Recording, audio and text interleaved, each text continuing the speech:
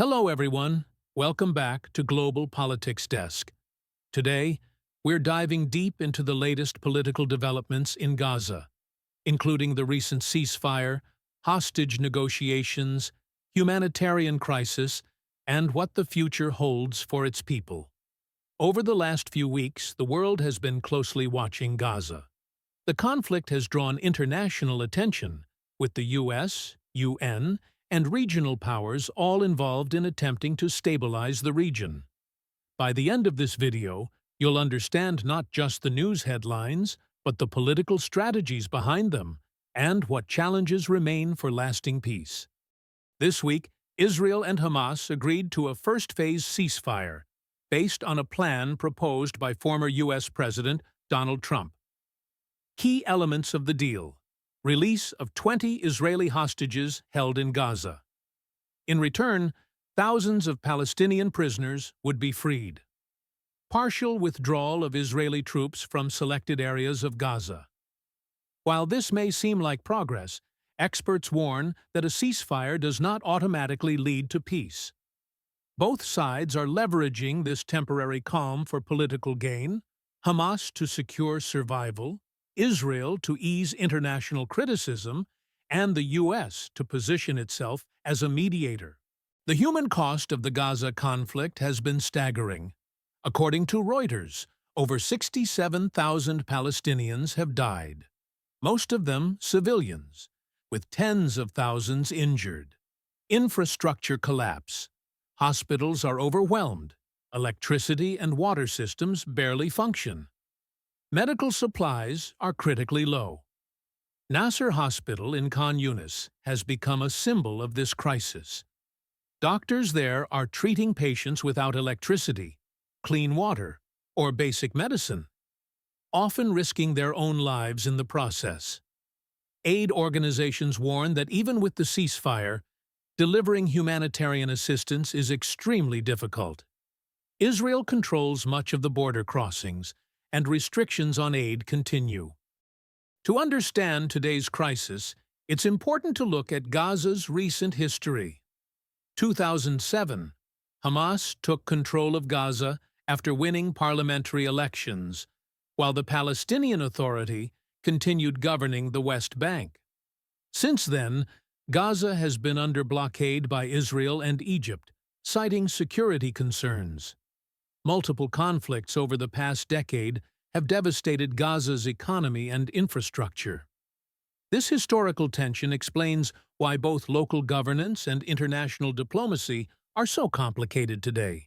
Inside Gaza, public dissatisfaction with Hamas is growing. Citizens are protesting against Hamas rule, demanding an end to the war, and criticizing corruption and mismanagement. Reports show that Hamas has cracked down on these protests, arresting activists and limiting free speech.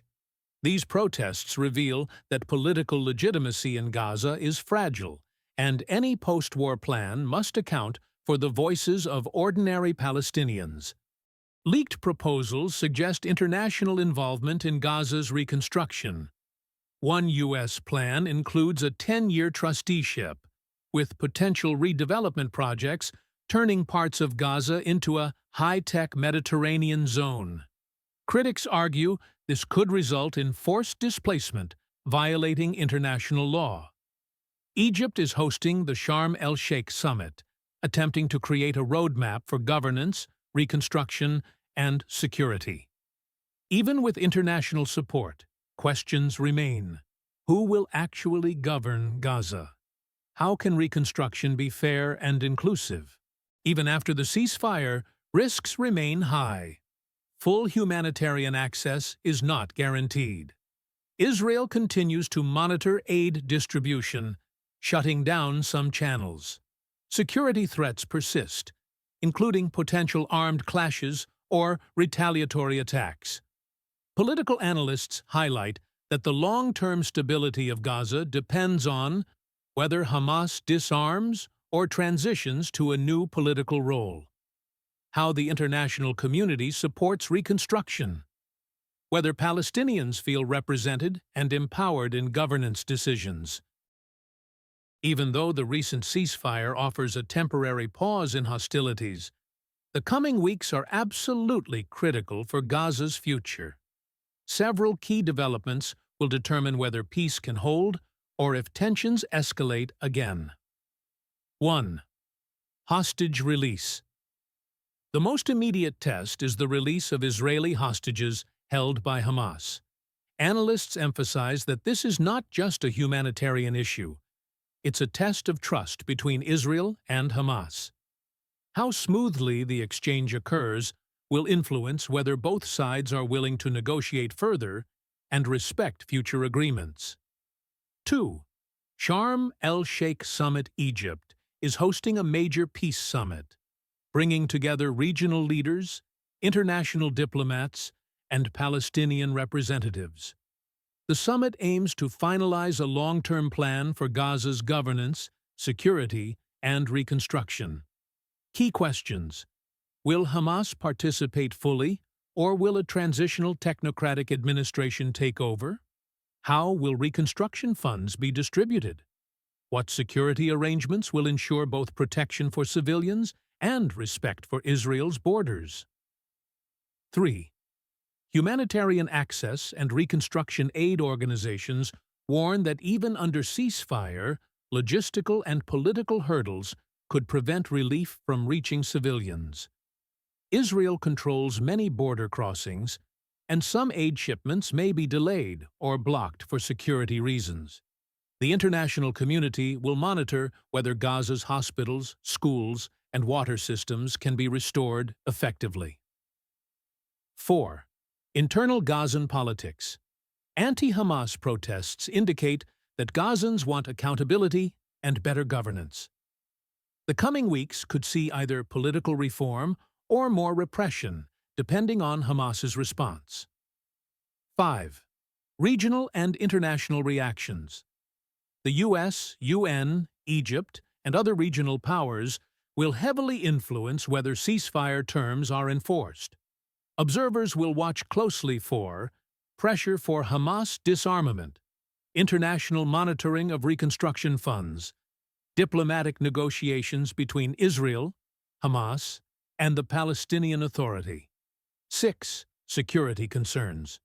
Even after the ceasefire, small-scale clashes may occur along Gaza's borders or inside the territory.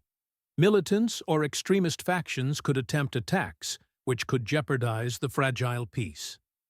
7. The bigger picture. These weeks will signal whether Gaza can move toward long-term political stability. Key indicators: are hostages released safely? Is reconstruction transparent and fair? Do citizens feel represented and safe? Will Hamas or local authorities respect international agreements? In short, the coming weeks are critical. Success depends on trust, cooperation, and the active involvement of the Palestinian population. In summary, Gaza's ceasefire is a temporary relief, not a permanent solution. The real challenges are political legitimacy, humanitarian recovery, and long-term governance. What do you think? Should Gaza have full self-governance, or should international bodies play a stronger role? Comment your thoughts below, and don't forget to like, share, and subscribe for the latest updates on global politics.